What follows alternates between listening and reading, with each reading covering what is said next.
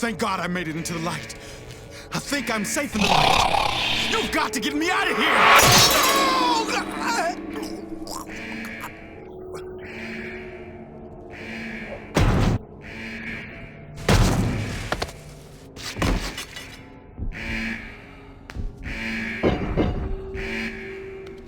The Suffering is a third-person shooter where you play as Torg, an inmate on death row, when all hell breaks loose at the notorious penitentiary he's trapped in. This Nash up in Tower A3, I can't see what's going on. I hear sounds, but when I shine the spot down there, it's like everything scampers out of the way. Atmosphere. The game's atmosphere has its ups and downs. When it lets you roam the halls of Abbott Penitentiary or the abandoned asylum, there's a creepy sense of foreboding. I always got the feeling that something was going to happen, but it was rare that anything did. Still, its atmosphere is mostly down to the sound design with heartbeats, breathing, the sound of your own footsteps, and the quiet, eerie music providing tension and a feeling of dread.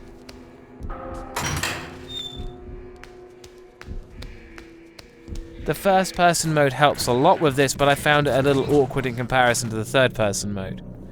The atmosphere is broken up constantly by character dialogue and large shootouts with hordes of enemies. When you're with a character, they tend to speak their lines of dialogue so often it becomes quite irritating, especially if you're trying to figure out how to help them.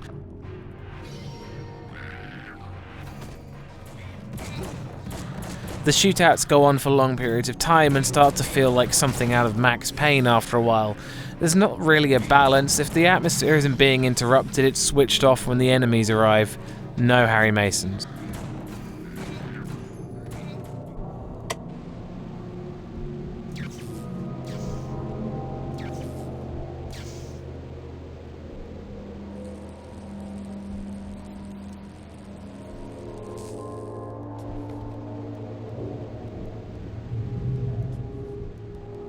Scares. The Suffering tries a few different things to scare the player, but I found, for me at least, that most of them kind of fell flat. The constant jump scare images that flashed on the screen in the quiet sections had very little impact on me, and the only time I felt scared was when an enemy crept up behind me or dropped from above.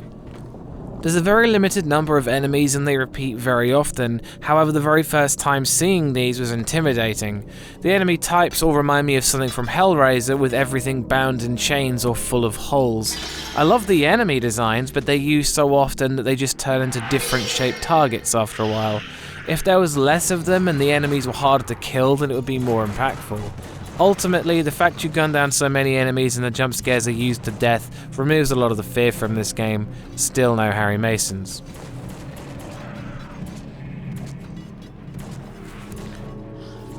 Sound design. First off, I have to say I love the exploring music in this game. The quiet, spooky music fills the air with this eerie sense of foreboding. It's just some metallic tones with a lot of reverb, but it's really effective, and without it, this game wouldn't have any atmosphere at all. The aforementioned heartbeats and breathing just add to this vague feeling of apprehension that creeps up on the player on rare occasions. The gunfire and everything else sounds punchy enough, and I like the reverb and the sounds of trying to open cell doors in the prison. If the characters just said their lines a bit less, then it would be perfect. That's one Harry Mason. Where the fuck are you? What's taking so long? Do it. Fucking do it! Just fucking kill me!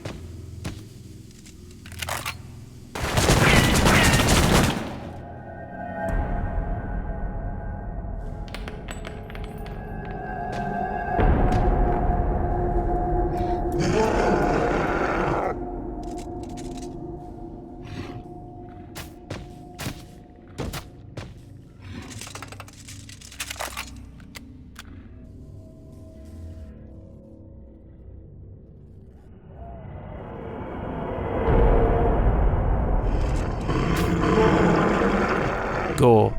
There's lots of gore, with prison guards being torn to shreds and ripped to pieces by the enemies. Blood splatters all over the place and more of the bright red substance spews out of everything you shoot. When you change to your beast form, you're able to slice enemies and people to pieces with a machete arm you have.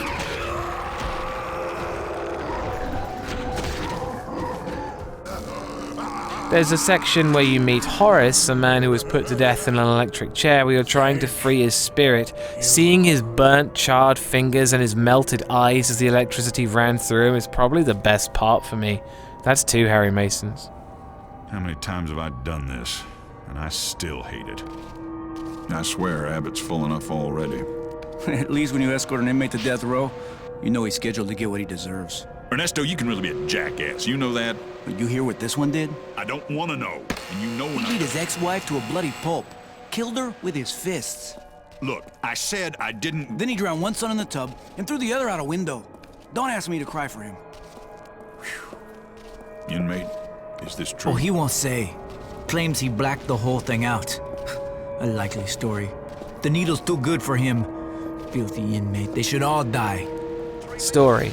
The story follows Torg, who's been transferred to Abbott Penitentiary for the murder of his wife and children. Torg himself has claimed that he's been prone to blackouts, but either way he's found himself on death row. An earthquake strikes and the prison finds itself overrun by horrific creatures. After trying to escape the slaughter of the prison, Torg discovers that he can transform into a beast himself. The game lets you choose your own path through most of it, allowing you to either spare or kill people who you bump into during the course of the game. Every now and then you'll get a flashback of either Torg's family saying things to him or events that took place on the island, which I found more interesting. The story progresses to the point where either your choices lead to Torg redeeming himself or giving in to his primal desires and becoming the monster he thinks he is. There's a few diary entries, and due to the lack of explanation for some of the events on the island, I found these pretty interesting. The final score, 3 out of 5 Harry Masons. While it feels more of an action game than a horror game, it has some elements that reinforce it more into the horror spectrum. The Suffering is more of a gory shoot fest than anything else, so if you want to have some fun shooting up some gnarly monsters, then this is pretty good for that.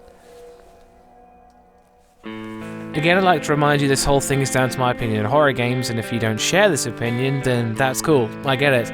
I'd like to point out that whilst I was in awe of the enemy designs, I certainly did not scream like a banshee or run away from the computer, and I'd advise you don't either. There'll be more horror reviews in the pipeline, and thanks for watching. Always go check out Bumps in the middle of the night. Peace.